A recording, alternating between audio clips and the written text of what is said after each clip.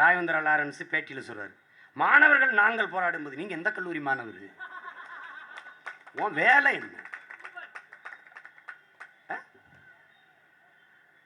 தேவைப்பட்டால் அரசியலுக்கு வரும்னா, ஐயோ நாங்கள் அதுக்காக தான் காத்திருக்கோம் வாங்கங்கிறோம். விஷயத்துக்கு வாங்க.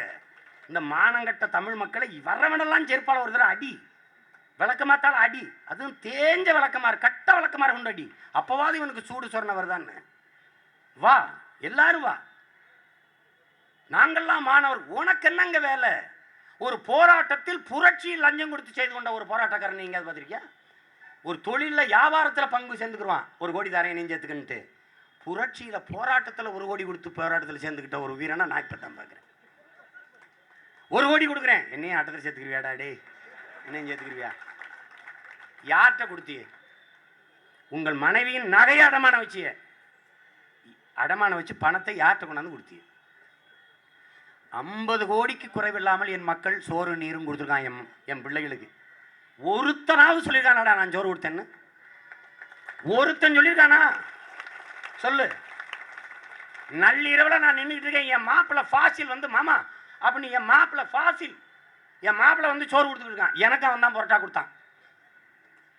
யார்ட்டா சொன்னானா? என் மச்சனை யாருக்குமே சொல்லலை.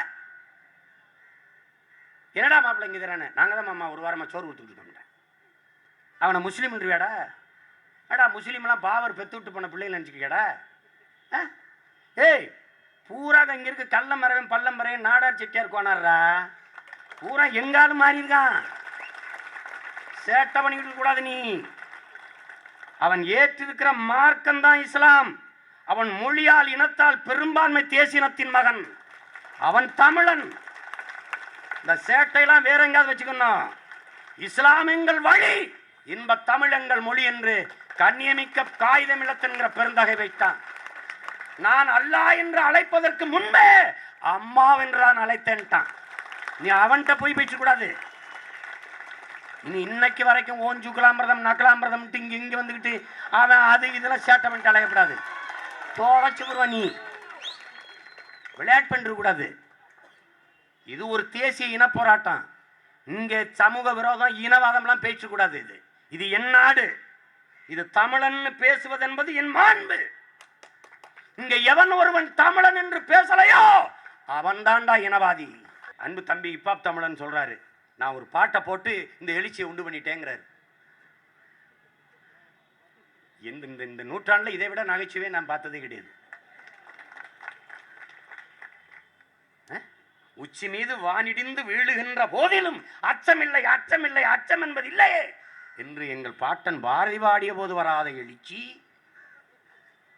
எப்படி இருக்கு? வலியோர் சிலர் எளியோர் தம்மை வதையே புரிகுவதா? மகராசர்கள் உலகாளுதல் நிலையாம் எனும் நினைவா? உலகால உனதுதாய் மிகு உயிர்வாதை அடைகிறாள் உதவாதினி ஒரு தாமதம் உடனே விழி தமிழா என்று எங்கள் புரட்சி பாவலன் பாரதிதாசன் பாடிய போது வராத எழுச்சி புரட்சி. தூங்கும் புலியை பறை கொண்டெழுப்பினோம், தூய தமிழரை தமிழ் கொண்டெழுப்பினோம், தீங்குறு பகைவர் இவன் என்று நீக்குவோம், செந்தமிழ் உணர்ச்சி வேல் கொண்டு தாக்குவோம் என்று எங்கள் பாவலன் எழுப்பிய போது வராத எழுச்சி புரட்சி. கெஞ்சுவதில்லை பிறர்வால் அவர் செய் கேட்டு நிற்கும் அஞ்சுவதில்லை, மொழியையும் நாட்டையும் ஆளாமல் துஞ்சுவதில்லை என்று எங்கள் பாவலரேறு பெருஞ்சித்திரனார் பாடிய பாக்களில் வராத எழுச்சி புரட்சி.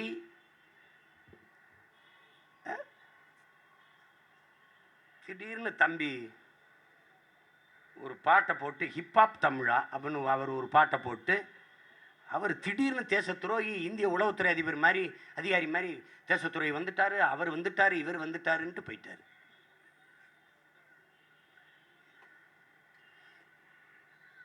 அந்த ஒரு பாட்டுக்கு கொண்டாடிய தமிழ் சமூகம் நீ தலைகளான்னு எந்த பாட்டு போட்டாலும் உன்னை கேட்காது, கேட்கவே கேட்காது. உன் வேலை என்ன? உன் வேலை என்ன? பாட்டு போட்டு இப்போ நாங்கள்லாம் வந்தோம்பாங்க.